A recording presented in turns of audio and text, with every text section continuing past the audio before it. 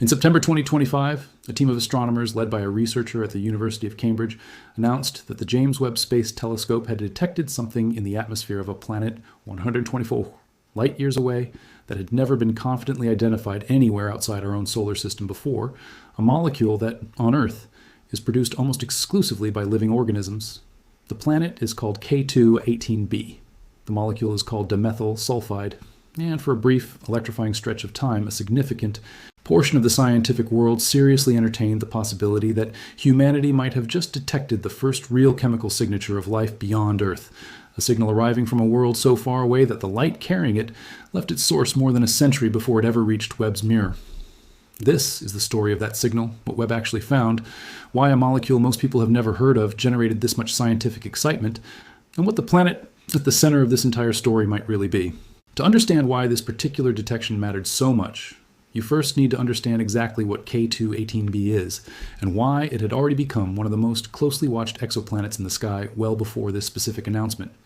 Located roughly 124 light-years from Earth in the constellation Leo, K2-18b orbits a small, cool red dwarf star, sitting within what astronomers call the habitable zone, the specific range of distance from a star where temperatures could plausibly allow liquid water to exist on a planet's surface. The planet itself is considerably larger than Earth, roughly 2.6 times our planet's radius,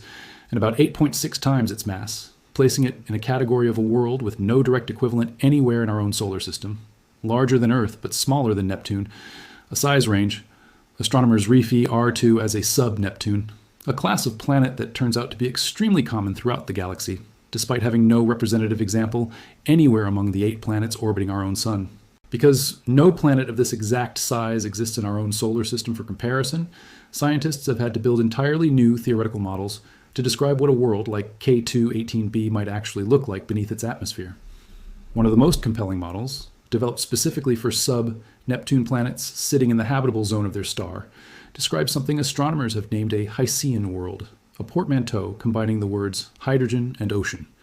Under this model, K2-18b would carry a thick, hydrogen-rich atmosphere wrapped around a planet-wide ocean of liquid water, its surface entirely covered by water deep enough to qualify as a genuine global sea, with no continents or islands breaking the surface anywhere, an entire world with nothing beneath its clouds but open ocean, stretching from pole to pole.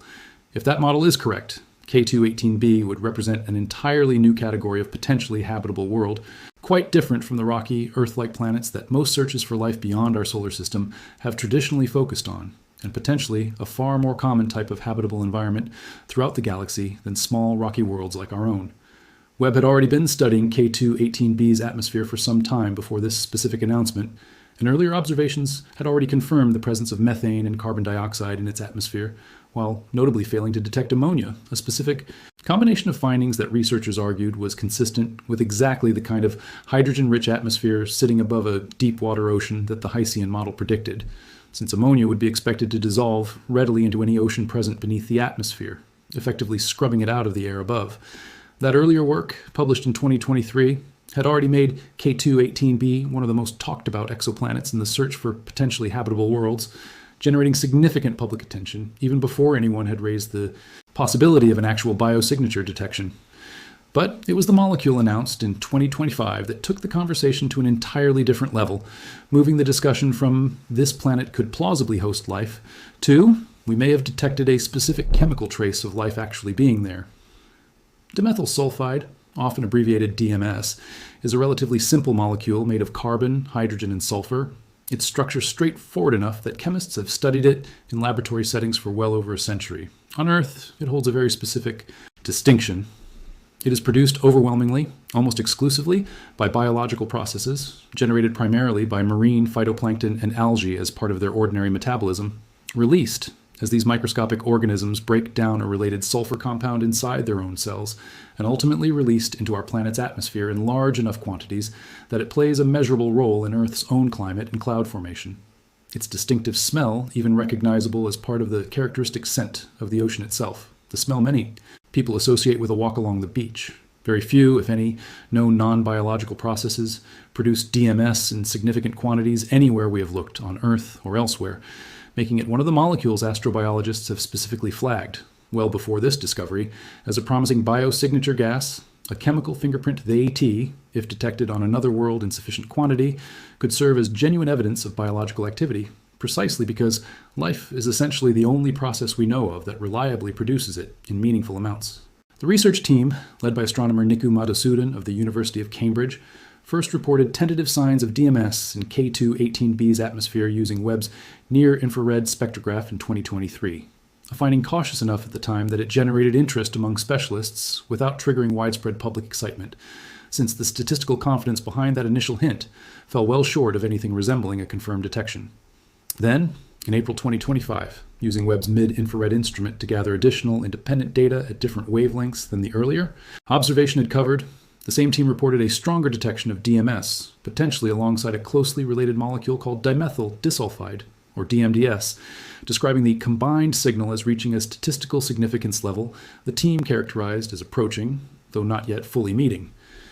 the traditional threshold scientists use to declare a discovery definitively confirmed, a standard commonly referred to in physics and astronomy as 5 sigma confidence, representing odds against the result being a random fluke of roughly 1 in a few million. Madhusudan described the moment publicly as one of the most exciting developments of his own career, emphasizing that if the biological origin of this signal held up under further scrutiny, it would represent a transformative moment in the search for life beyond Earth, potentially indicating a biosphere thriving in the hidden ocean of a world we will likely never visit directly, given that any spacecraft launched today, using currently available propulsion technology, would take many thousands of years just to cross the 124 light-year gap separating K2-18b from our own solar system. News of the announcement spread rapidly well beyond the usual audience of dedicated astronomy enthusiasts, generating coverage across major news outlets worldwide, several of which ran headlines directly raising the possibility that humanity had detected genuine evidence of alien life for the first time in history, a framing that, while technically overstating what the underlying data actually supported, captured something real about just how significant a confirmed detection would have been if it ultimately held up. The excitement generated by that announcement is worth understanding fully, because it goes beyond simple scientific curiosity. If K2-18b really does host a global ocean, and if that ocean really does contain something producing DMS in the quantities Webb's data suggested, the implications reach into some of the oldest questions human beings have ever asked about their place in the universe, questions that have occupied philosophers, theologians, and scientists alike for as long as anyone has. Looked up at the night sky and wondered whether anything else out there might be looking back. Estimates calculated by the research team suggested that in order to produce the concentration of DMS, the data appeared to show any biological source would likely need to be significantly more productive than marine life here on Earth, a hypothetical biosphere operating at a scale dramatically larger than anything found in our own oceans, a detail that struck some outside researchers as itself a reason for caution, since it implied a biosphere unlike anything we have direct experience studying anywhere in our own solar system. That is a large claim, and the researchers involved were careful, publicly and repeatedly, to describe their findings as suggestive rather than conclusive, emphasizing that additional observations and independent analysis would be necessary before anyone could responsibly describe this as confirmed evidence of extraterrestrial life, a level of caution that, in retrospect, turned out to be entirely justified. That caution turned out to be well placed, and it is worth being honest about how the story has continued to develop since that initial announcement, because the full picture is considerably more complicated and more interesting than the initial headline suggested. K2-18b's atmosphere sits so far away, and the signal Webb was working with is faint enough that separating a genuine detection of DMS from the signatures of other, far more mundane molecules turns out to be an extraordinarily difficult technical problem, one rooted in the basic physics of how spectroscopy actually works. When starlight passes through a distant planet's atmosphere on its way to Webb's instruments, different molecules absorb light at specific characteristic wavelengths, leaving behind a kind of chemical fingerprint in the resulting spectrum. The trouble is that many different molecules produce absorption features sitting extremely close to one another in wavelength, close enough that, in a faint, noisy signal collected from 124 light-years away, one molecule's fingerprint can sometimes be mistaken for another's, or multiple different molecules can combine to produce a pattern that looks, at first glance, remarkably similar to a completely different single substance. Several independent research teams, working separately from Madhusudan's original group, went back through the same raw data in the months that followed, testing whether other explanations could account for the same spectral features just as well. A team led by Luis Wellbanks at Arizona State University found that a far more ordinary molecule, ethylene, a simple hydrocarbon with no connection whatsoever to biology, could be substituted into the same data with no meaningful loss, in how well the resulting model actually fit what Webb had recorded, directly challenging the idea that DMS was the only, or even the most likely, explanation for the observed signal. That same analysis found that the specific technical choices researchers make when processing raw telescope data, decisions about exactly how to group and average individual measurements together, could themselves significantly influence whether the DMS signal even appeared to be present at all, a troubling sign that the detection might be more sensitive to methodology than to anything happening in K2-18b's actual atmosphere.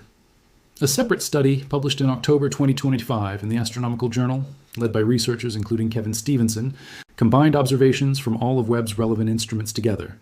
and reported that the combined dataset did not reach statistical significance for either DMS or DMDS, concluding plainly that the absorption features in question sat close enough to the instrument's own noise threshold that they could not be confidently attributed to any single molecule, since multiple different sulfur and carbon-bearing compounds fit the available data comparably well.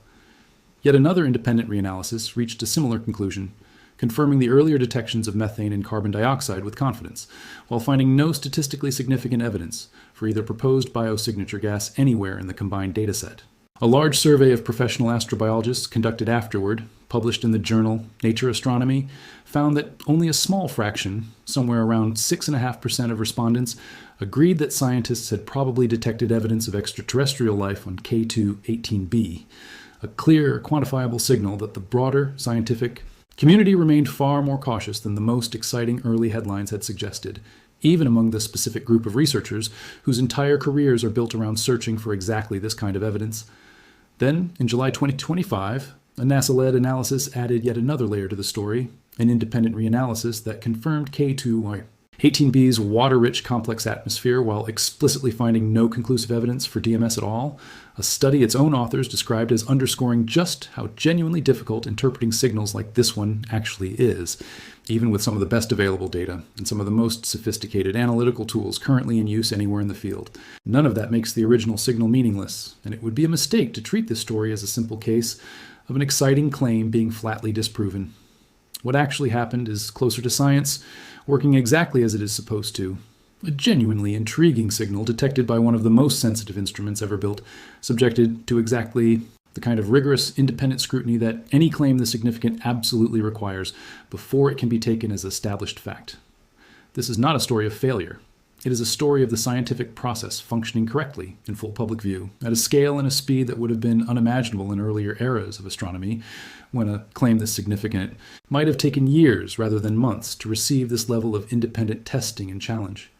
The fact that multiple teams, using multiple methods, working from the same underlying data, could scrutinize this claim this thoroughly, this quickly, and reach a broadly consistent conclusion of appropriate caution is itself a demonstration of how much more rigorous modern exoplanet science has become, precisely because the stakes of getting a claim like this wrong publicly are so significant. Webb's data on K2-18b remains valuable regardless of how the DMS question ultimately resolves, confirming methane and carbon dioxide in a habitable zone exoplanet's atmosphere with a level of detail no previous instrument could have achieved, and demonstrating in real time exactly how difficult and how important the process of confirming a genuine biosignature actually is. The High-Sean world hypothesis itself remains neither confirmed nor ruled out by any of this back and forth, an open, actively studied possibility rather than a settled fact in either direction. K2-18b could still be exactly the kind of hydrogen-rich, ocean-covered world the model describes, its atmosphere shaped by physical and chemical processes that have nothing to do with biology at all. Or it could genuinely host some kind of biological activity that future, more precise observations will eventually confirm with the kind of statistical certainty this first round of data simply could not provide.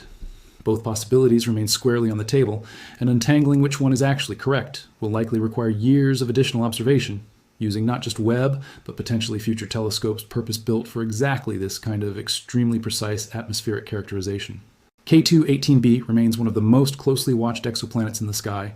and Webb continues to gather additional data on its atmosphere. Data that may eventually settle, one way or another, whether the signal that first excited the world in 2025 was actually the chemical echo of life on a distant ocean world, or something considerably more ordinary, hiding in a genuinely difficult set of measurements. Every additional observation adds another data point to a question that may take years to fully resolve. A reminder that even a discovery capable of generating headlines around the entire world can still, honestly and responsibly, remain an open scientific question long after the initial excitement has faded, precisely because getting this particular kind of answer right matters more than getting it fast. There is a version of this story that ends with a simple, tidy conclusion, either confirmed life or a debunked false alarm, and it would be easier, in some ways, to tell that simpler version. But the honest version of this story is the more interesting one, a genuinely uncertain, still unfolding scientific investigation, playing out in real time across multiple research teams, multiple instruments, and multiple independent reanalyses, exactly the kind of careful, patient process that any claim the significant actually deserves, whether or not it ultimately turns out to be the discovery everyone initially hoped it might be. It also helps to understand exactly how an instrument sitting nearly 1 million miles from Earth can claim to detect a specific molecule in the atmosphere of a planet more than 100 light years away in the first place, because the underlying method is genuinely remarkable in its own right and explains why this particular kind of measurement is so difficult to nail down with certainty.